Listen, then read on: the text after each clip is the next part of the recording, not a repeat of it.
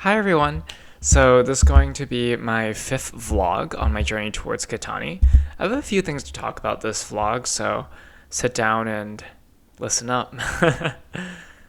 The first thing I want to talk about is relocation. So usually in tech-based startups, people like to move over to San Francisco because that's where Silicon Valley is. But it's not always necessary depending on the company you're starting and whether or not you actually are going to take advantage of all the things in San Francisco. And I've been thinking about this for a long time because I'm based in Wisconsin. And although the cost of living is lower here, there obviously isn't a vibrant startup community in Wisconsin. So there's not much support compared to what you would get in San Francisco. So I've actually made the decision to move over to San Francisco. And I don't think this is a really weird decision because you usually hear startup founders, especially if they're tech related, say that in their early days they would just pack up their cars and drive over to San Francisco to either live with a friend or live in the most affordable housing arrangement they can get and then just hustle from there. Plus, there are many organizations and investors and just a lot of support over there. So I think I'm going to start packing my bags, head over to San Francisco soon. But it might not be San Francisco. It might be some city very close to San Francisco. We are not sure about that yet, or I'm not sure about that yet. So that's all I want to talk about in terms of relocation. The second thing I want to talk about is co-founders. So usually when you're starting a company, you try to get a friend of yours or maybe a coworker that feels the same about the product you're making as you, and they want to help out in some way. But they don't always have to be technical, so they don't always have to be coding or creating the website itself or the app or whatever. They can handle the more business side of things, like trying to talk to recruiters or not recruiters, what am I saying? Investors.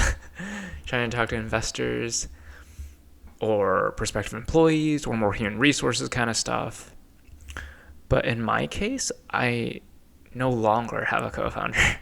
I used to have a co-founder, but I no longer have one. And I think that that's going to be okay in my case, since my product is primarily going to be technical. So that means, since I'm the only one on the team right now, that I will have to know how to build the product myself. And that's completely fine because I've been educated in computer science for a very long time now.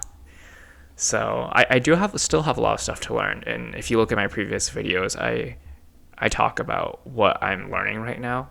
And web dev is such a big world that I'm still learning. So it's gonna take a while, but I have the tools I need in order to build the product myself. And when it comes to the more business side of things, I can handle that as well.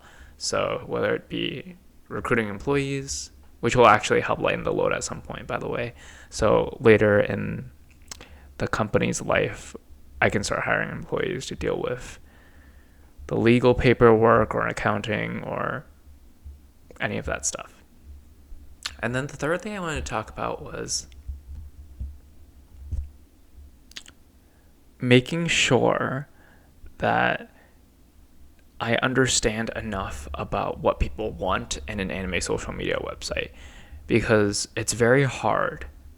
No, let me correct that. It's very easy to assume that you know what people want. And then once you spend a long time deploying that product, and then it's finally out there and people actually don't like it, then you just waste a lot of time and money. So I've been trying to kind of put myself in the shoes of someone in these alternative places of communication where you can talk about anime. And to the best of my knowledge, there are only a few I've found in my research, and that's kind of Reddit, Facebook, and then those are what I would call ad hoc solutions, where they kind of repurpose the general social media to turn it into anime specific communities. But then there are also very, very niche websites closer to what I'm trying to build that are specifically designed to talk about anime. And those I'm trying to research better as well. So I think that's the 5-minute mark. I'll leave you guys at that, but if you want to know more, check out my next video. And remember to like, comment, and subscribe if you like this content. Thank you.